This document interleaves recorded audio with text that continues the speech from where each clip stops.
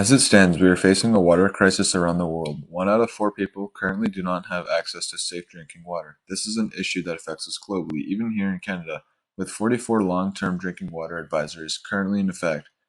Drinking unsanitary water can lead to a host of deadly diseases and infections, such as cholera, dysentery, and typhoid. This lack of safe drinking water destroys communities and lives. We believe that this is the most pressing UN development goal and must be addressed in the near future. Our first filter idea we had back in grade 9 was basically just a run-of-the-mill filter but in a rectangular shape. Pretty boring. Jumping ahead, we want to stray away from the conventional filter designs we found in different projects and move into something unique. The first idea we came up with was a bottle with a straw that had a filter built into it. We ultimately scrapped this idea because we felt it was unnecessary and wouldn't filter particularly well. We also made a design that would use cans and plastic bottles as a base with insertable cups to put the filter material in. We ended up scrapping the idea of using cans and bottles as it would create waste and be unsustainable in the long run, though we took heavy inspiration from it in our final product. Our final filter is a combination of a can and bottle design we talked about earlier and a run-of-the-mill filter. We designed it with the goal of creating a filter you could customize to fit different types of contamination of the water.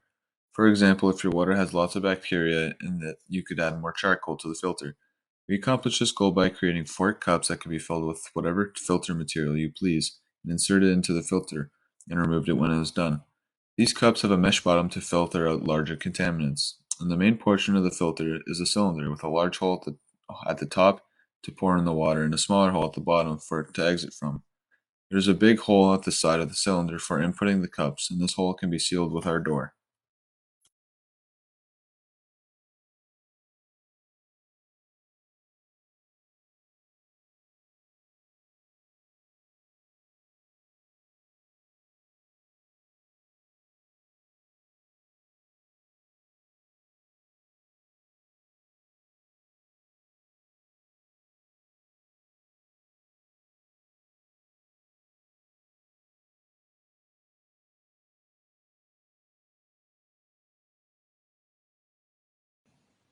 The results of our test were surprisingly good, with our lowest ppm being 336.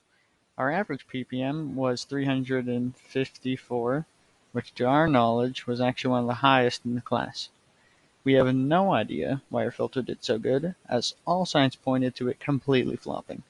Yet despite the door not working, it being incredibly small, it being assembled minutes before we tested it, and a very small amount of filter material put into it, it managed to do quite well. The main issues of our filter were as follows. The door did not actually close. We could have fixed this by being more precise and more careful when designing our 3D model. Next, our filter doesn't filter out medium contaminants very well. As you can see in the video, there were red particles not getting filtered out. We could have fixed this by using a finer mesh filter and also cleaning our charcoal before putting it in the filter. And the last one is the cups didn't fit into our filter very well. Although it wasn't a huge issue, we could have fixed this by having an actual way the cups would mount instead of just having them stacked on top of each other.